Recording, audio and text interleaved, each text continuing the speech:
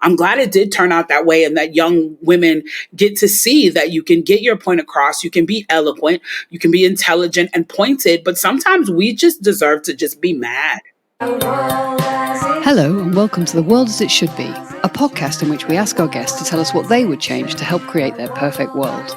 By listening to what they'd like to change, we'll hear more about who they are, what they do, and what inspires them. This podcast is brought to you by the team behind Prima Donna, a uniquely anarchic and joyous festival of everything creative. My name is Shona Abianca, and I'm a book publicist working with some of the most thought-provoking authors writing today. I'm Catherine Riley, a writer and director of the festival. We're delighted to be your guides on this podcast adventure. The World as It Should Be from Prima Donna. Kimberly Latrice Jones is an American author, activist and filmmaker. She's co-author of the New York Times bestselling YA novel, I'm Not Dying With You Tonight, and her latest book, How We Can Win, Race, History and Changing the Money Game That's Rigged, is published in January in the UK. How We Can Win is an expansion of a 7-minute video of Kimberly, filmed in Atlanta while she was helping clear up the streets following the murder of George Floyd at the hands of the police. In it, she uses a monopoly analogy to explain the history of racism and its impact on Black Americans.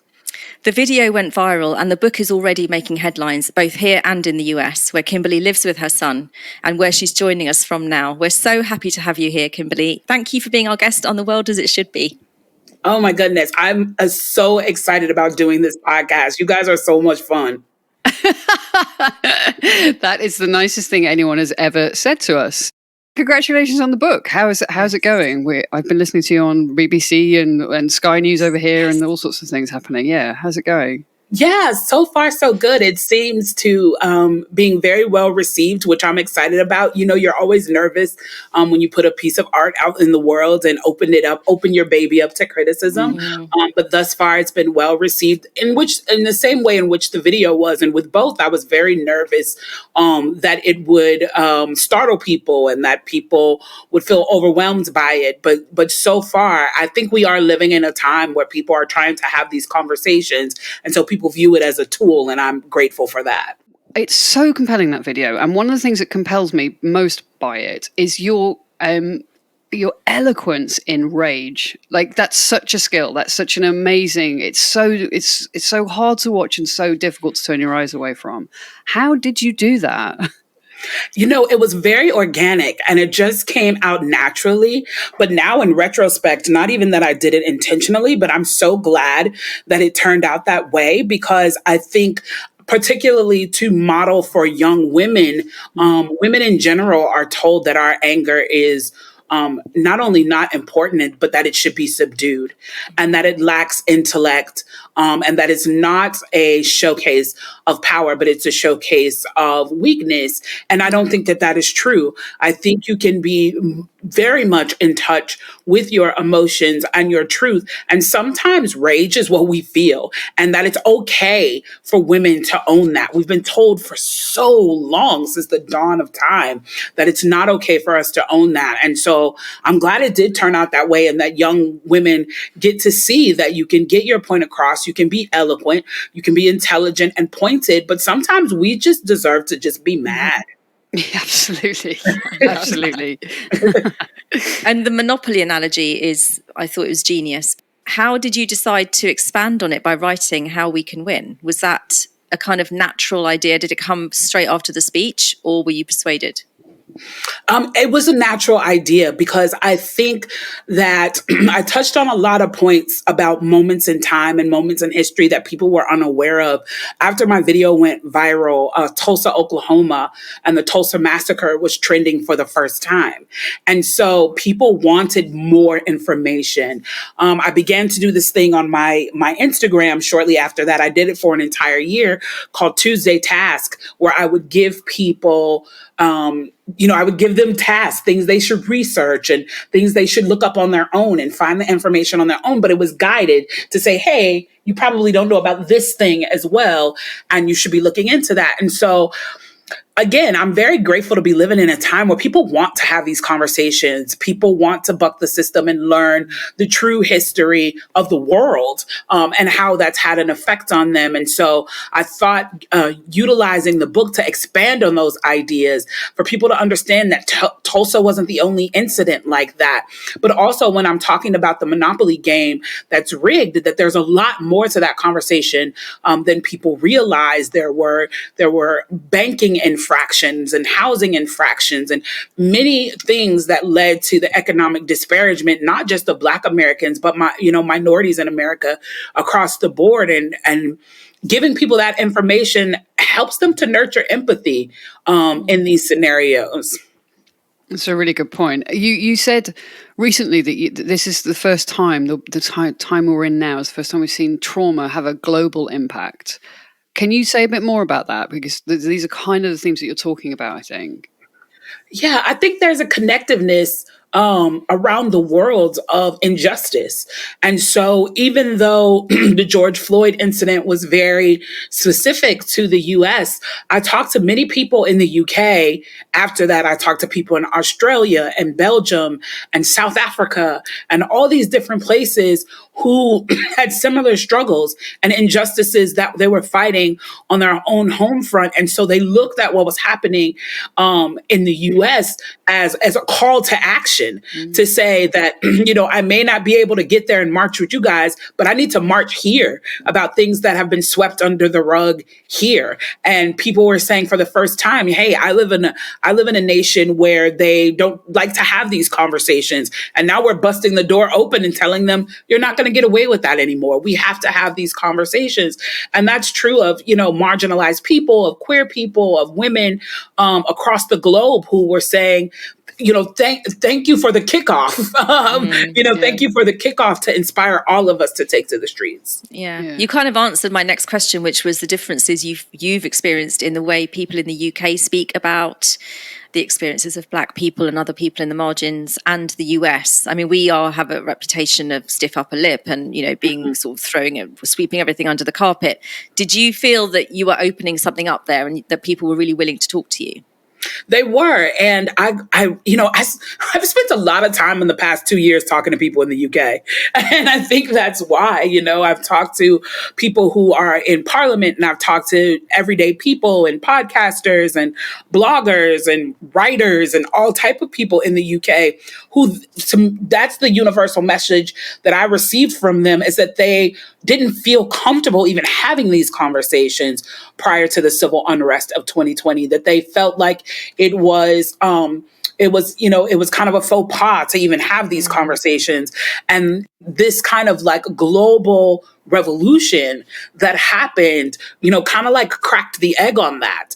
And people started having to address it. And a lot of times what they would say was that when they were participating in marches or town halls or whatever they were participating in, and people were saying, well, this is a US problem and we should be in support. And that they were saying, no, this is an us problem. Mm-hmm. We also have this problem and need to have a conversation. Yeah, that's definitely happening here in the UK. There's more and more kind of, the UK, certainly our current government like to kind of spin the lie that we aren't built on the exploited wealth of slaves, for example, and other subjugated peoples, which we absolutely are, because there's this kind of lie in history about us freeing, all of that is now being laid out much more clearly, and your book is part of that kind of narrative, which is an amazing moment to be part of. The other thing is we live in the information age, right? So even I'm a Gen Xer. Even in my formative years, we didn't have Google. You know what I mean? Like, we didn't have all of this access to information. Like, we had the library, and so whatever was written in the history books, which the history books are usually written by the victor of a scenario. That's the information that we had. Whatever was taught in the school system, that's the information that we have. That's not true anymore. That's the reason why I'm sitting here in Atlanta and I'm having a conversation with someone in the UK, and my video was seen by people all over the world, because with the information highway, it's very hard to keep things a secret anymore. Yeah. It's really hard to like cover things up. And so I hate to say it this way, but a lot of lies got unveiled. Yeah, absolutely. I'm also a Gen Xer. Whoop Yay! to the Gen Xers. I think I'm the only one who isn't. I was trying to write something this week about something that was set in 2005, which doesn't feel very long ago. It's like, it is actually quite long ago now. And I was like, that was when Google wasn't a doing word. It was just that I was like, what? How did we find stuff out? And you're right. I was like, oh God, I think I had to go and read books in the library. I had to go and open an encyclopedia. I remember. That's before 2005. Come on. But yeah, I mean, it's a seismic shift, isn't it? Like you can just see stuff happening. You can see it happening live, and that is such an incredible difference. Yeah. So you mentioned libraries there, and I know that growing up, libraries were really important to you, and the librarians you met who would scurry around the library getting information for you and helping you find these books that you wanted, as well as teachers and general women in your life have had a real impact on you. Can you tell us a bit more about that? Yeah, my mother, she was an absolutely amazing woman. And one of the things that I credit to my mother was that she understood the importance of having other safe adults be in our lives, that beyond our parents, that it was super important to have other adults be invested in us, who had things that they could pour into us. And so one of the things my mother used to do on Saturday morning, when she would go to the shops, instead of, dragging us around and probably ruining her shopping experience with her, she would take us to the library and allow us to kind of run around the library, which now I'm like, those poor librarians, this woman's like dropping her kids off and like leaving them to like be a menace to the library. But there were amazing librarians. There's a library near my house where I grew up in Chicago called the Carter G. Woodson Library, which has one of the largest African-American studies collections in the country. And so the librarians would just load up a table of books and let me just like go through it and read and discover things, everything from picture books to middle grade books up into, I was a very good reader. So, adult books where I could learn all this history and information. And even just like women in the neighborhood, I talk about in the book a woman named Miss Deborah, who was my next door neighbor. And when I was in late elementary school and middle school, I would go to her house after school until my parents arrived home from work. And this woman was just like a wealth of knowledge. And she had all of these records and books that she would like, and books on tape. Who remembers books on tape? Yeah. And like books on tape that she would, play for me and educate me about things about my culture that wasn't being taught in school. And I was fascinated by that. I was extremely fascinated. And I went through my entire academic career without knowing that I was neurodivergent and that I had ADHD. I didn't get diagnosed until I was an adult, but I had a 7th and 8th grade teacher, Miss Carolyn Lumpkin, who I'm still talk to. We're friends on Facebook. And I don't think she knew exactly what was going on with me, but she knew that I needed a different learning style, which is all that happens with neurodivergent people, right? Our brains function in a different way and we have to have a different learning style. And so part of what she would do when I would get anxious is because she knew I was like going to the library and hanging out with Miss Deborah and going to these after school programs. And I had all of this history in my head. When I would get super anxious and busy, she would just look at me and go, Kimberly, do you have a lesson you want to teach? And I would say yes. And then she would give me 30 minutes of the floor and I would teach people about Percy L. Julian and like all these different things. And then once I got that energy out of my system, I could sit down and focus. That's amazing teaching, isn't it? Yeah. Wow. Isn't it? So it seems to be mainly women that had the real impact on you. Oh, yeah. It was definitely just brilliant and amazing women in my life. Even just people as simple as like aunts and, my mom's first cousins who I called aunts. They were just phenomenal women who had accomplished a lot despite having great odds stacked against them. And it was such an influence. I mean, and my mother was such a big influence on my life. She's an amazing woman. My mother was one of the leaders in AI. My mother programmed robots in the 1970s. Oh, yeah, and so, she programmed robots that delivered the mail in the Sears Tower. And so, I feel like this is another book, Kimberly. It is, and I am working on it. I am definitely working on it. Definitely. Yeah, and it's just like I had these amazing women, and there were some.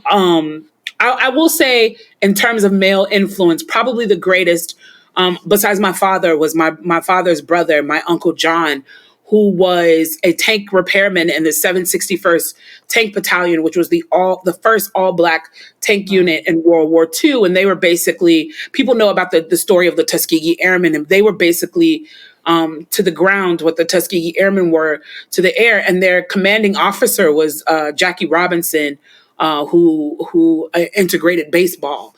And it was interesting because I was with Anita Lobel, the famous illustrator, a famous Polish illustrator. I was at her house years ago for an event in New York, and through a conversation she and I were having, we discovered that my uncle's tank battalion liberated her camp in Nazi Germany. No. And she and I had a good cry. Oh, I bet. That's amazing. She and I had a really good cry. I mean, that conversation could easily not have happened. It was so funny because I was at her house and she's drawing. So her husband was Arnold Lobel, who created Frog and Toad. And so we were at her house and she was drawing and she was talking to us, and she started to talk to us about the one adult book that she had ever done, which was a memoir about surviving the camps. And just kind of off the cuff, I said, yeah, my uncle was in a tank battalion that liberated some camps. Wow. And she said, was it the 761st? And I said, yes, because they were the only black tank unit during the war. And she started to weep. And I just wanted to crawl up under the table. I started to apologize. I was like, oh my goodness, Miss LaBelle, I don't know what I have said to upset you. I went flush. I was like, I don't know what I've said to upset you, but I apologize. And she's like, no, you don't understand. They came in because they knew if they sent in the blue-eyed blonde Americans, we would be skittish. We would think it was a trick. We would think it was the Germans. So the black soldiers came in, and we knew that they were the Americans, and we felt safe going with them. God, that's making me really emotional now as well. That's unbelievable. And so we cried and cried and cried over our wine. And then she gave me a piece of art that she had been working on. So now I have an original Anita Lobel. What a story. Wow. And material for at least 2 books. Oh, at least. Yes. Cool. Shall we move on to your manifesto for creating the world as it should be, which is what we're all about? I'm really keen to hear what your plans are. So do you want to talk us through your first thing? So the first one that I said is I would make farming accessible to all people. And the reason why I say that is because one of the greatest insecurities that is having a global effect is food insecurity. And part of that is because the way in which humans as a whole has decided that they own land in a way that is very new to humanity.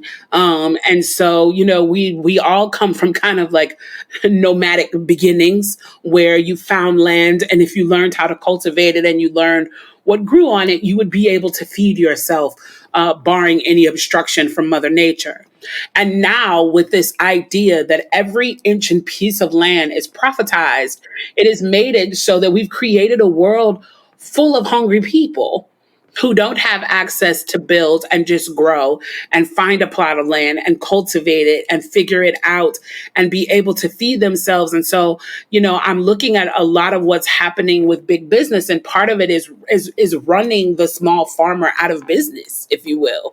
And so that scares me. And I feel like people always say, well, I want to tackle world hunger. Where to me, in my humble opinion, the way in which we could tackle world hunger is to make farming accessible to all people, and to rethink about how we disseminate land and what land ownership looks like and the price point for land ownership.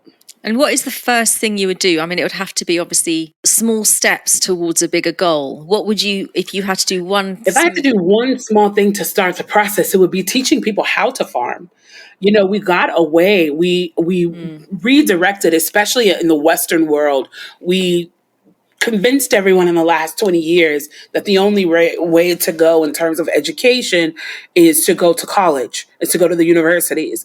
And it's like, that may not be the path for everybody. You know what I mean? And we have to be clear about that. And so what we've really lost tradesmanship and the beauty that comes with tradesmanship, blacksmiths and electricians and carpenters and farmers and these types of trade that really allowed people across the board to earn a good living, to create businesses, to be able to provide healthily and happily, for their families. And so I think we need to, I would say my first step would be return to even just educating people how to farm. Do you grow things? So over here in the UK, we have things like allotments. So there's kind of like municipal areas. There's kind of a rise of growing number. Very good joke I just made there of community gardens, stuff like that. Do you have a garden? Do you grow? Do you eat what you grow? What's your favorite? I do have a garden. I live in an apartment, so it's very small, but I just have some tomatoes that I'm growing out on the porch. But oddly enough, my son's father, is a farmer. Really? So he is a goat. Yeah, he's a goat farmer. Is that what attracted you, Kimberly? No, and what's so funny? He wasn't a farmer when I met him. He was a mechanic. You made him into a farmer. And that attracted me to fix my car for free. That's a double win, I would say. It is. Definitely a double win. Yeah. So so I grow tomatoes, but he grows all kinds of stuff and has all kind of creators. No, my grandmother taught me. Again, another amazing woman. Wow. Yeah, my grandmother taught me. She grew up, my grandmother was born in 1914. And so she grew up in the 20s sharecropping. And then eventually when she retired from work, she moved out to rural Illinois and she wanted to go back to farming. And she started growing corn and strawberries. And did she sell what she grew? She did. She sold what she grew. Also, my grandmother is another amazing story that I could tell because my grandmother was known as the horse lady because we have this famous Black rodeo in rural Illinois where she lives. And my grandmother, who was like 110 pounds soaking wet, was infamous for being able to break the wildest horses. So ranchers, when they had a horse that they couldn't tame, they would bring them to her and she'd be like, leave me with this horse for 2 weeks and I'll have it broken. And oh my God. This is crazy. This is another unbelievable. I can't cope with all these incredible women that you're telling us about. This is another podcast, I think. That's so cool. Everything about that story is just really cool. I like that a lot. Amazing. These women. Say, if you had the choice, would you live in the country? Like, would you have a farm if money was no object and you had the land? Oh, yeah, definitely. If money was no object and I had the land, I definitely would do it. And I think in my later years, as I get closer to retirement, I think I will do like my grandmother, and that's what I will do. And also because my older brother is kind of leaning in that direction too. He is missing being out on the land. So I think it's maybe something that he and I may do together in our later years is to just get a farm and put 2 houses on it, one for me and one for him, and live on it. Yeah. We're going to come and stay. Yes, you're more than welcome. I can mow the lawn. I'm not very good at growing things, but I can mow the lawn. We'll have farm hands. You guys can just like pick strawberries from the strawberry patch. Perfect. I love this plan. Okay, shall we move on to your second change? Yes. So my second change would be to rewrite the history books, and so that they are proper. Because I think that it's funny because we're having this conversation here in the States about CRT, about critical race theory, and whether or not it should be taught in schools.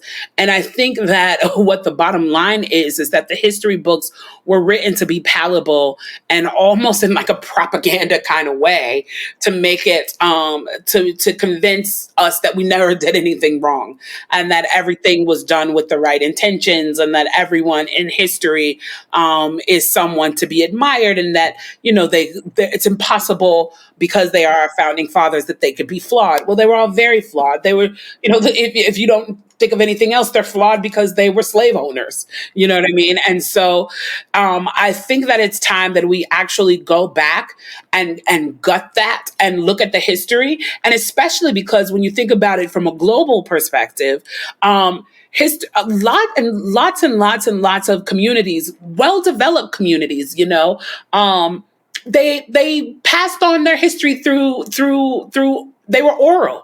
They were, they told oral histories and they passed it through generations like that. And many of them did write things down, but in the middle of wars, things were burned and destroyed. And so all you did have was the oral history that people passed along. And so I think this is true of each country, right? They try to write themselves the victor. They try to write themselves. Absolutely. They absolutely. write themselves the good guy in every way. And it's like, well, you weren't always the good guy. And like your version of this story is not the real version. And like now that everyone knows the real version, why are we still teaching children the version that we know to not be true? Like we're still teaching children here in the States that Columbus discovered America. How can you discover something with people already there? It's a very, very simple question that even kids at elementary school would ask because it's so self-evidently true. I can't show up at Shona's house and be like, I discovered this house. She'd let you. She's very gentle. You're lying. I have discovered this house. Best of luck to you. I'm moving in my things. She'll just go off with a little napkin tied on a stick. Exactly. I would actually be like, Kimberly, come in. Yes, okay, whatever you say. I'll start planting stuff in the back garden. It'll be fine. We'll get along. We'll rub along famously. Just grow some tomatoes and be quiet. Yeah. What is the reason, do you think? Why are schools still teaching things that we know now, if you dig deeper, that they're not true? First of all, the textbooks that we have not really been updated with other than like slight changes since the 50s. Good grief. And so it's just much easier to just keep printing them. It's true. They are. And just like make a few minor adjustments here and there, add in a Dr. Martin Luther King section and add in something modern, like what's, the civil unrest of 2020 will probably be in textbooks next year as a small passage. And it's like, meanwhile, Columbus still discovered America. George Washington had wooden teeth, which was not true, and so it's just, it's like intellectual laziness. But why would anyone say he had wooden teeth? I don't get the wooden teeth thing. This is what they taught me in school, that George Washington had wooden teeth. And then I discovered later that was not true. He didn't have wooden teeth. I don't even know why that's something you would teach. I'm like, why did you tell me this man had wooden teeth and he didn't?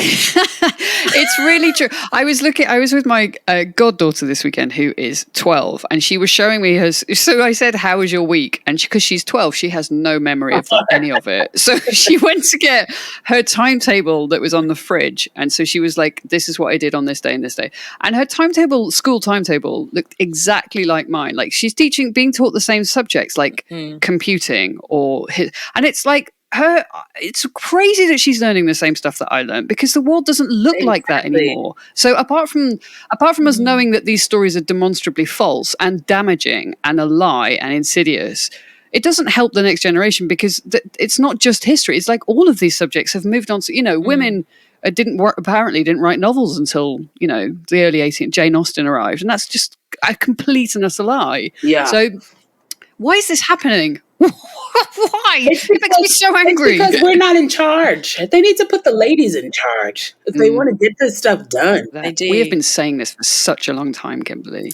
Yeah. It's the whole weekend. That's it. Imagine if I was in charge of the textbook system, which is all rooted in Texas, in the States. It's like, if they put me in charge of just that, of just textbooks, right? I would get it all together. I would get a whole team of accomplished historians. We would comb through those books. We would weed out the lies. We would add in the truths. We would make it so it was easily teachable. We would get it done. We'd press up all these new textbooks, get them out into the world, and properly educate our children, so we're not sending them out in the world saying things like George Washington had wooden teeth. So I'm really miffed about that one. So in anyone listening in the US, Kimberly is available for this work. I also want to advocate anybody in the UK looking for that. We need it too. So, and I'm pretty sure she can get the shit done wherever. So yeah, kids will be begging to go to school. Yeah, make it interesting. It's like, why? When did we decide that school just had to be like a child stuck in a seat for 8 hours? And I'm just like, at what point do we recognize that maybe it's time to figure out a different way to educate kids, to mix in some movement. I feel like Montessori has been doing a better job than most systems for a very long time. Like, let's look at why those kids, Montessori kids, seem very advanced to the rest of us, and like what it is that they're doing. And also they're socialized into being adults, because they're socialized into listening and reasoning and, learning by rote. It's no way to kind of prepare you for real life. Actually, that reminds me of like when you were talking about your mother. Not only did she sound like a very clever woman, but she did kind of instill in you, I think, a confidence to talk to people about difficult subjects. Yeah. I mean, you must have been speaking to people from an early age about things they didn't really want to hear, or questioning things all the time. Yeah, and I would definitely applaud your mum for some of that, because she did. A lot of parents will want their children to be quiet and sit quietly and not talk to adults and not engage in conversation about difficult topics. But I wonder whether you would be doing what you're doing now if you hadn't had that experience when you were younger. I don't think so. I don't think that I would have, I mean, because, I enjoy what I do and I'm passionate about it, but it's also a scary undertaking. Not everyone in the world loves me. Not everyone sees value in my messages. And so, I have to do it sometimes. I tell people this amazing story about Whitney Houston. One of my first jobs in Hollywood, I was an assistant, a development assistant on the show Being Bobby Brown, the Bobby and Whitney reality show. And this was at the height of the world being completely awful to Whitney, and the press just, the paparazzi just being horrific to her. And I remember one time there was a newspaper, I'll tell you how long ago the newspaper, 2005, there was a newspaper that had written this beautiful, glowing article about her, about how she was the voice of a generation. And I didn't get to see her often, but this one particular day I knew that she was going to be coming into the office. And so I had this newspaper on my desk and I was ready. I was like waiting. The moment she walked through that door, I was going to take my opportunity to like hand her this newspaper with this amazing article that was written about her. And I remember she walked in the door in true Whitney fashion, looking like an entire regal, person. And I ran up to her. I almost knocked her down. I ran up to her so fast. And I was like, Miss Houston, you have to read this article. It's absolutely amazing. And she goes, no, thanks. And I said, no, it's like glowing. It's talking about how you're the voice of a generation. And, I was like rambling all the talking points in this article. And she looked at me and she said, I appreciate it, my love, but no thanks. Because if I believe them when they tell me I'm great, I'll also have to believe them when they tell me I'm bad. So I don't read any of it. Wow. And so that lesson, that amazing lesson that I got from her, I lean into that, and I do this work with confidence because of what my mother instilled in me. But I also block out the noise so that it doesn't affect me. That's brilliant advice, isn't it? Yeah, from the most amazing woman. That's just incredible. That's another amazing story. I mean, that's another book. I just can't. I can't cope with how many books you want to be writing over the next few years. And the entire school curriculum. It's a busy time coming up. Exactly. Well, we will help you with that big job. Deal, because that's a big job. And so my last one is healthcare. It should not be so expensive to be sick. Even in nations that have socialized healthcare, because I know that we have one of the worst systems here, but even in nations that have socialized healthcare, to me, just the thought that if you get cancer, that it could bankrupt you. And it's like, do people not recognize how scary that is? The amount of people, especially as we're looking at what has transpired during this pandemic, the amount of people who died in their homes to COVID because they have anxiety about going to the hospital and acquiring some huge bill. It's crazy. The American healthcare system, to us, it just seems, I mean, we have issues with so lucky. Yeah, I mean, we're so lucky to have the National Health Service, and we've never been more grateful for it than we are, in the middle still of the pandemic. But yeah, we still have issues here with it being devalued and the government, underinvestment and underappreciation, and it being used as a political tool and all of those kind of things. And as you say, good health is a lottery, pure and simple. So it can't be fair that you either ride out your luck, or, as you say, it can destroy lives, can't it? Families, when you It have can. to pay And for then the other something. thing is like we also don't have systems in place for preventative care, right? So it's like even people who have great health care, they have reactionary great health care. They have, now that you have diabetes, we can treat you. Now that you Right. have high blood pressure, we can treat you. And these are food-based diseases, right? And so I mean there is some systems of heredity with some of these, but a lot of the diseases that we have are due to poor gut health and things like that. And so it's like, to think that things like mental health care, eye care, dental care, and preventative care, which is the big one. Preventative care is not something that's part of the package, is very scary to me. And it's just like, sometimes I try to stay in a childlike state, right? So I'm a very goofy, silly girl. And people are like, how is it possible that you're doing this work? Especially people who know me are like, how are you doing this work when you are basically a circus clown? You're so ridiculous, right? And so and I say that the reason that I do that is because I try to stay in tune with my inner child, because I feel like as we get older, our humanity gets nicked away. And so it's like, you know, the idea that people are in the people here in the States have such a high price point that the marginalized and the poor can't get health care.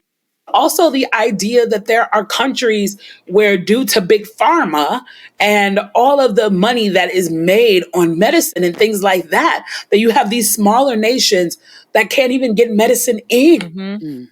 It's like, Yeah. we all need to be more childlike, because that needs to break your heart. That needs to make you cry.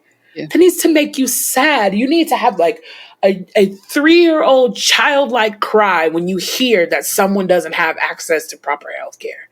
It should hurt you that bad. And do you think this will happen in our lifetimes? Do you think change is coming? I do think that change is coming, but I think change with the people that we have now, I think it's going to come in small increments. I think that there is no point in being hopeless. Nothing will get done with hopelessness, because hopelessness is a red light. It is a stop. If you don't have hope, and if you don't believe that change can come, then what are we doing? Yeah, What are completely. any of us doing? And so I don't want to. I have days where I have a yellow light where I'm like, well, I'm going to slow down because I'm not so sure. But I try to never have red days. And I try to have as many green days as I can, because I want to remind myself of where we have all come from. And I know, it's very common to say the more things change, the more they stay the same. And there is some truth to that. But I think if we're looking at it realistically, it is a disservice to our ancestors to not acknowledge the work that they did to get us where we are. Now, do we have a long way to go? Yes, we have a long way to go. Do we have still a lot of big fights? Yes, we still have a lot of big fights. But I think about it in this really like morbid, creepy way. It's like, dig up a woman from 1855 and show her your life. And she will know that if she worked towards women's liberation, that her work was not in vain. Dig up a woman who died in 1945. Dig up a woman who died in 1975, and let her see women on the airwaves in the way in which we are right now. She will know that she didn't die in vain. So I think that there is a way to both simultaneously honor the work that our ancestors did and use that as hope to know that in 20, 30 years, things can look different. They may not look perfect, but they can look different. They can look better. I think that utilizing that helps us to keep going, because if any of us become completely hopeless, then the whole thing will crash. I love what you said about not being hopeless, because what I also loved was the choice of your book title of How We Can Win. When the speech was very much how can we win? I do feel like it's a very hopeful, positive message that here's some things we can do. Yes, because I think we forget that the people have power, that the people are the power, that we have to stop looking at these government figureheads who really their job is supposed to be our representative of our voice. And so we have to stop looking at them like, well, they just control everything, so all hope is lost and it just is what it is. And it's like, no, you have power. If they suck, let's get them out of office. If they are absolutely terrible, let's get rid of them. If they are writing poor policies, let's fight back against those policies. There was just a study that was put out by Harvard that shows the impact that protesting has on the world, and that it does have a impact, particularly here in Georgia. One of the cases where I feel like is a high showcase of that is the Ahmaud Arbery case. That people forget that case was closed. It was done. They deemed it a fair murder. That DA had shut it down. It was over. And the people took to the streets, and people came from all over the state of Georgia down to Brunswick to say, no, as the kids say, I learned this on TikTok. The kids say this, the math ain't mathin'. So I love that. And so people fought back, and the case was reopened, and look at the result. Yeah. I think that we've got some shenanigans going on with our government here at the moment, and everyone's kind of tearing their hair out. But it's like, you voted them in, you can vote them straight back out again next time. It's not that difficult. Well, I've said before on a different podcast that, I feel like politics is one of the only jobs you can do where you do a really shit job and you don't do what you promised to do, but you don't lose your job. Just mind-blowing. You can't do it. And you know what the people have to recognize that their vote is? Your vote is your employee review. These people are in our employ. They work for us. We don't work for them. They work for us. And so every time an election comes around, if you stop looking at it as an election and you start looking at it as an employee review. I love that. Love it. Like that's a t-shirt or something. Yes. And then you treated it as such. A lot of these people who really suck will get out of office. You have failed your probation. You're fired. Your probationary period was your term. You failed it. You fired. We're looking at other applicants. Okay, applicants, debate. Let's see who's going to get the job. Thank you. Next. Love it. Amazing. Speaking of next, what's next for you? What are you up to next? So I have lots of exciting things going. I am writing another book for Henry Holt, which is my mother's biography. So I'm in the midst of working on that book. And then through my organization, TPU, we have an amazing program that we are working on called The Root. During our last mayoral election, a lot of the conversation was around the growth in crime in our city. And when we actually looked at the crime, what we noticed that a lot of the crimes were being committed by younger people, by people, teenagers and people in their 20s. And so we thought, what is the root problem? You know what I mean? And so we figured out that the root problem is they don't have access to education, jobs, a lot of the kids who are committing these kind of, car break-ins and things like that. And so we're like, the root is that they don't have access to other ways to making money. They're in marginalized communities and they don't see a through line or an out or a plan. And so we are working with the city right now to put together a paid internship program where we can put these kids to work, we can assign them with mentors, and we can get them back on track. Because I don't think the answer, because we have such a bloated prison system here in the US, I don't think the answer is to take 16-year-olds and put them into a juvenile detention center where they're only going to learn more bad habits and then have these things on their record that's going to prevent them from then going to college and going to trade school and getting a job. It's like, how can we work with the system to do a redirect on kids who just need some guidance? And so that's our program, The Root, that we're rolling out this year, and we're very excited about it. That's fantastic. That's amazing. Wow. Yeah. We're very lucky to have you in the world. Thank you for all your amazing work. And thank you so much for coming on our podcast today. It's been a pleasure. No, you guys are the best. I'll come back anytime. Please do. Excellent. And please try and come to the festival in July. We'll see you in the summer in Suffolk. We'll show you around. Ideal. I'm on my way. Thank you. Thank you so much, Kimberly.